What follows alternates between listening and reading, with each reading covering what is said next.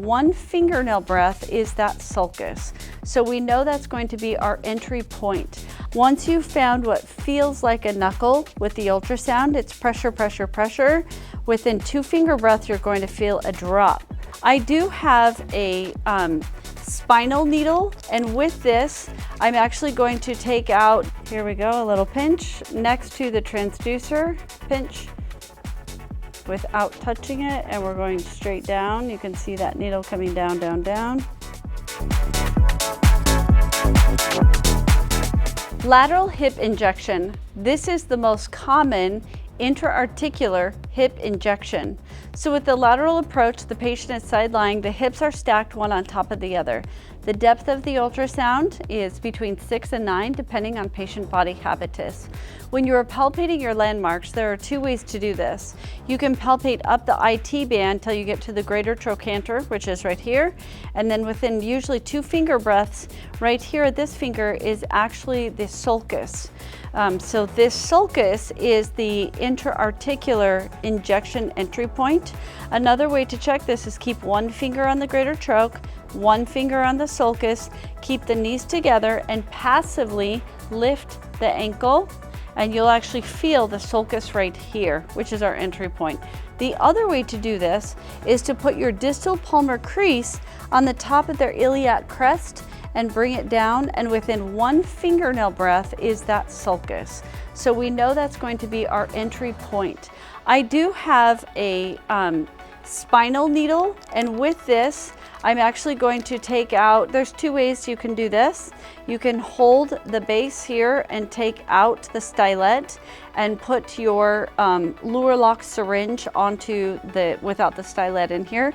The other way to do it would be to find your landmark, clean it, and then inject the injection with the stylet in. Once you're in, remove the stylet and place the luer lock syringe on.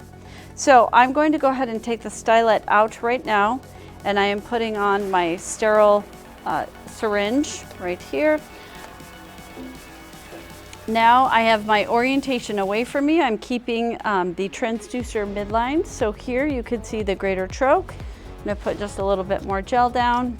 I've already palpated and marked my lateral joint injection location. So with the orientation away from me, I am bringing my transducer up the side of the leg. You're going to feel the transducer slide up and over that greater trochanter. It feels like a knuckle. And when you do that on the screen, you're actually going to see that greater troch right there in the center of the screen. Once you've found what feels like a knuckle with the ultrasound, it's pressure, pressure, pressure. Within 2 finger breaths, you're going to feel a drop. Once you feel the drop, you can see the bright white dome shape at the bottom of the screen. That is the humeral head at the depth of between 5 and 5.5 on her.